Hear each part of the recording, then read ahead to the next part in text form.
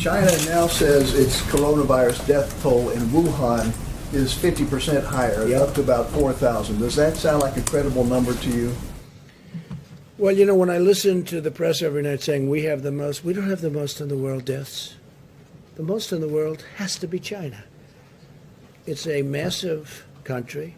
It's gone through a tremendous problem with this, a tremendous problem, and they must have the most. So today I saw they announced that essentially they're doubling up on the numbers, and that's only in Wuhan. They're not talking about outside of Wuhan. So it is what it is, Steve. It is what it is. What a sad state of affairs. Investigation into whether the virus escaped from this lab in Wuhan. How active is that? And when do you expect we're looking at it. A lot of people are looking at it. It seems to make sense. They talk about a certain kind of bat, but that bat wasn't in that area. If you can believe this, that's what they're down to now is bats. But that bat is not in that area. That bat wasn't sold at that wet zone. It wasn't sold there.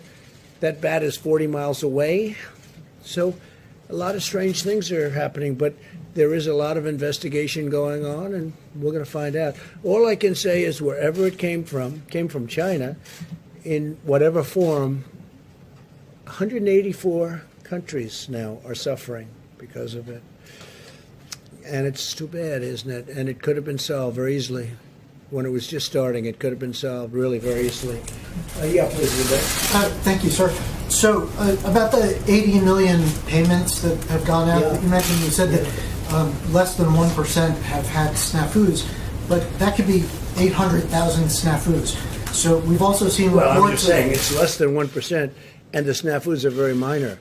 You're not talking about massive numbers of dead people who've received. No, they were 80 million payments went out over a period of a few days. And they caught certain mistakes that they made, but this is a tiny amount of mistakes. I can tell you mistakes that were made in government where wrong countries were signed, okay? 80 million, this has been a tremendous success. And any mistake that was made, they've been caught. And it's less than 1%. That's a very good percentage. I can tell you for government. I mean, how about the Obama website, the Obamacare website, where they spent $5 billion on building a website that you could have built for peanuts? Okay. If money went out to deceased people, is the government going to get that back? Yeah. Anything that was sent out. It's like sometimes you send a check to somebody wrong. Sometimes people are listed, they die, and they get a check. That can happen. You're talking about. I guess the number is about 80 million people. Yeah, sure, we'll get that back. Everything we're going to get back. But it's a tiny amount. They've done a fantastic job. This was done in a matter of a few days. Yeah. Your campaign said today that they are planning on resuming rallies before the election. Is there a timeline that you're looking at? Would it be restricted to certain states? Have you thought about how that would work? Well, I hope we can do rallies. It's great for the country. It's great spirit. It's great for a lot of things. To me, it's a tremendous way of getting the word out. If you look at our success rate, we've had tremendous success. We win where we have rallies, including endorsements of candidates. Our success rate is, I think, unparalleled. There's nothing like it. So I certainly hope we can have rallies. We'll find out. I don't like the rallies where we're sitting like you're sitting. I mean, you got many reporters outside trying to get into this room, and I come in, I'm looking at this room, and I see all this. It loses a lot of flavor.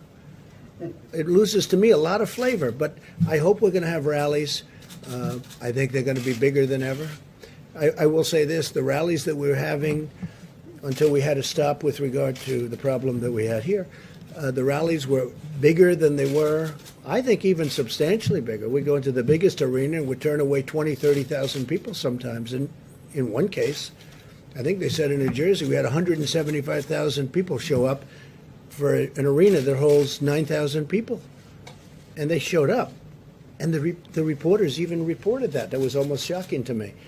But I hope we can resume rallies because I think they're an important part of politics, actually. Mr. President, under your reopening plan, some workers can go back to work in phase 1, but schools cannot reopen until phase 2. Many parents don't have an option to work from home. So how can you get businesses back up and running as long as schools are closed? Well, I think the businesses are going to, and I think now we've given the businesses a real jolt, a real positive jolt.